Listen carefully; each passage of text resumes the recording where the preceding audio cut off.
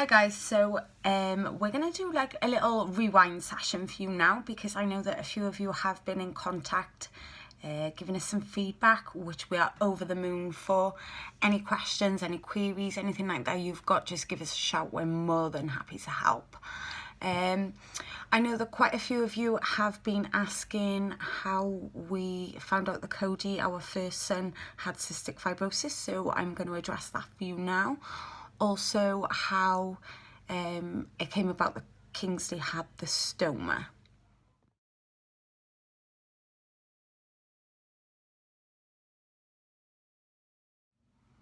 Cody, who is now 6, he was born 4 weeks early, weighing a whopping 8'8". He was quite ill after he was born. He was taken to the neonatal unit. He was there for, I think, just over 2 weeks. He had a bad chest. He had a really wet-sounding, wheezy, thick cough. He had difficulty with breathing. He had difficulty with feeding. He wasn't absorbing the food. He had temperature. He had a load of things going on with him. So he had all the usual newborn tests that are carried out, as well as a load of other tests to try and figure out what was going on with him. Obviously, at this time, me and Michael were oblivious to everything because he was our first son. Young parents didn't really know what was going on. It was, it was a pretty stressful time for us. Fast forward a little bit, Cody came home over around about a 6-month period. Then we were back and forth to the doctors because Cody did have this cough and wasn't taking his milk as he should be. He was losing dramatic amounts of weight, even though he was waking up and having like a 9-ounce bottle every hour, which obviously wasn't normal for from a newborn to a 6-month-old baby. That is a massive amount. So yeah, we were back and forth to the GP, back and forth to the hospital. At one point, we thought we were just, paranoid young parents, just worrying over nothing. But the GP just seemed to fob us off. It was a viral infection, or he's just got a cough. Maybe it's the flu coming. Maybe it's a bit of tonsillitis. Maybe it's teething. Maybe it's because of his jabs. But we just knew deep down, instincts kicked in. And as we got to sort of 8 or 9 months, we were starting to pull our hair out because we were just like, what is going on? Like, there is something clearly wrong with our son. No one seems to be giving us the answers. So myself and my mum took Cody just after his first birthday to the GP, and basically we were refused to leave until someone could figure out what was going on with the poor boy. We were then referred to the local hospital, where we then met Kath, who obviously at the time we didn't know who Kath was, didn't know that she specialised in cystic fibrosis, working for the respiratory team. So yeah, we had an appointment with Kath, took Cody along, explained everything that was going on, explained, the journey we'd had until then, trying to figure out what was going on, where Kath carried out a test called the sweat test, which maybe people familiar with cystic fibrosis know what that is. Basically, they take a sample of the person's sweat, send it off. If it's got particular things in it, a lot of salt mainly. If you ever get the chance, I don't know why you would, but obviously with babies, kids, they cry, they sweat, and you can taste the salt on them. If you give them a kiss or you wipe away their tears, you can taste in their tears and sweat how salty they are. But yeah, that's used in the sweat test basically to clarify whether or not he has cystic fibrosis. So he had that test. It then came back confirmed that Cody had cystic fibrosis. He was diagnosed at 15 months of age. He was then taken into hospital for quite some time. He had a load of antibiotics intravenously, which, as you can imagine, for a toddler was an absolute nightmare. Just basically jabbing him every other day with new needles and taking new samples and blood tests and everything else. But he was a little trooper. He used to walk around a little man on a mission with his drip trolley with all these wires hanging out of him, toddle his way up and down the ward. The nurses, they used to find him hilarious. So yeah, we had a bit of a difficult start with Cody. Obviously now we know that he's got cystic fibrosis. He had a portacath fitted not long after his 2nd birthday.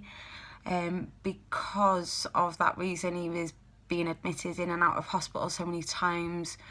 Obviously, it's super traumatic for a child of that age to be having all these different needles and things. Because he was so active and so inquisitive about everything, the drips they were putting in weren't lasting very long because they were either coming out, Cody was pulling them out, or they weren't lasting, his veins were collapsing. So they decided to fit a portacath. So a portacath basically is also known as a portacatheter. It's a round device that Cody's got. It sits just by here under Cody's armpit, under the skin. It's basically like a little pin pad, I suppose. So whenever they take bloods now, or whenever Cody needs to be admitted for antibiotics intravenously, they simply pop a needle into this device and it's done through this. So it doesn't mean that Cody's got to have continuous needles and drips and everything put in. So you know, it's a lot easier for us and a lot easier for Cody. He is very aware of it now. We call him Mr. Wiggly. Cody has Mr. Wiggly flushed out around about every 6 weeks. We take him up to the hospital, and one of the nursing staff, usually Kath, comes along, basically just like if you've ever had a drip, I suppose. They flush a load of water through, check that it's working as it should be. So yeah.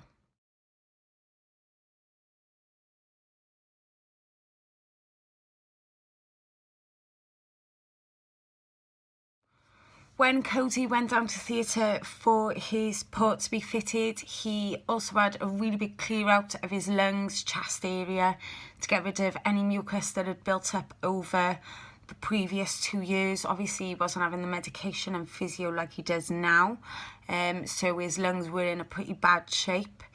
Thank God, after a 4.5 hour long operation, the port was fitted successfully, and like I said, his lungs were given a good wash through. So he was like a different child when he came back. He was able to breathe a lot clearly, a lot more clear. He wasn't traumatized every time a nurse came near him with a needle.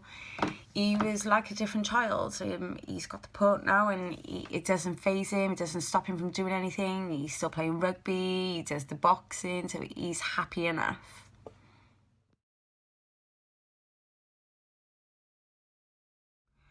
To give you a brief idea then about Kingsley, Kingsley was born 5 weeks early. He weighed a whopping £10 exactly. I know, big babies, but I am a diabetic, so that explains why. We knew, obviously, Kingsley had cystic fibrosis. We'd had the testing when I was pregnant because of what had previously happened with Cody. So I had the testing carried out. Basically, they pop a needle into my belly while I was pregnant, took some fluids and some samples away, which was then tested and come back confirmed that Kingsley had cystic fibrosis. I remember the day that we got the results from that. I don't think I'll ever forget it. I don't think Michael will either. We were in the car on our way to pick Cody up from school, and we received the telephone call saying that our baby had cystic fibrosis. And I just remember for the next 20-30 minutes in the car, we were both silent, trying to hold back the tears, because we were just absolutely devastated. You know, through everything we've been through with Cody, we didn't want that for another child, but we knew it was a possibility. We knew that it could happen.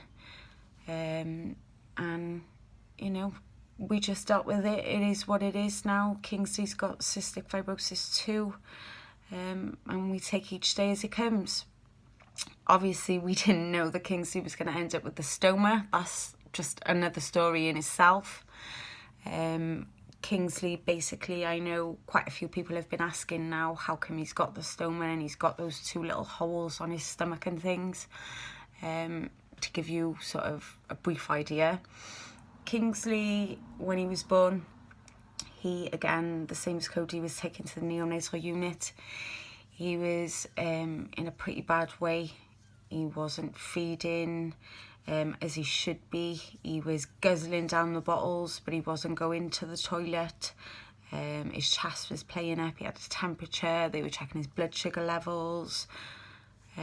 He was there for about 3 days, first of all, and he was drinking all this milk and wasn't passing any of it through. So they carried out a couple scans and tests and tried to wash through his stomach and his bowels and things to see if they could help him go to the toilet. They were unsuccessful. By day 4, Kingsley's stomach was the size of a watermelon. It swelled out massively. It was really hard, really painful for him. He was really, really, really uncomfortable. Day 5, around about 5 o'clock in the morning, nurses, doctors were called, surgeons came down, and the decision was made instantly that Kingsley was to have the stoma formed and to have the stoma bag. So we signed the documents, they took him away. He was gone for about six hours. I remember they brought him back to us. He was up in the intensive care unit. We got the phone call to say he was back, so we went up there, and he was in this little incubator, this tiny, tiny baby with hundreds of things coming out of him, tubes, gadgets, breathing apparatus, everything. And he was out for the count. Didn't look like he was in any pain, sleeping, except I saw these 2 little holes like this in his stomach, and I just broke down. And it was like the worst thing ever. Sorry. I'd never seen anything like it before on a baby. I'd never seen anything like it on a child, to be honest. I've seen it previously through work and things on an adult. So we were just like, oh my God, what is this? What is going on? What is happening here? So yeah, a couple of days went by. Then the nurses went through everything, doctors, surgeons, all the medical team explained everything. They allowed us to practice a couple of times with emptying and changing and cleaning Kingsley up. So we got the hang of that. Kingsley was in for quite some time then, obviously recovering after this operation and so on. They wanted to check everything was working and he was okay before he came home. He came home then, and we are where we are now today. Basically, the operation was needed because Kingsley, where he was trying to digest the food, was getting caught up in his intestines, in his stomach, which was making his stomach swell because obviously everything that he was taking in wasn't coming out. So they formed these 2 holes, like I've told you a little bit before. We got the one hole where the poo comes out, and the other hole which is connected to the bottom part of his intestines, down to his bowel, down to his bone where he poos, that we recycle the poo back through so he can poo like, it's kind of like, you know, like I've told you before, we act as the normal sort of intestine digestive system. Even though he's got 2 big holes and a gap in the middle, we take the food down, digest it, take all the goodness, we take it out then, we pop it through the tube, back through into recycle, so he poos out of his bum like a normal person would.